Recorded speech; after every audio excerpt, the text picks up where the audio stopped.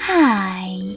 In front of me is OPPO Reno 10 Pro, and today I would like to show you how you can add audio or video file to text message.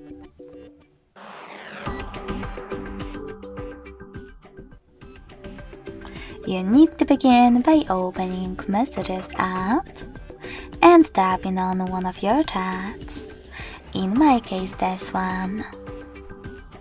Then select this plus at the bottom left corner of it and tap on Files section.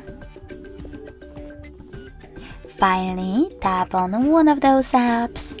Click on those three lines at the top left corner to select one of those sources.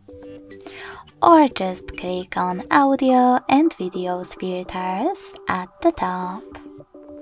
Wherever you decided, when you find your file that you are interested in, hold it and tap on Select at the top right corner in order to add it.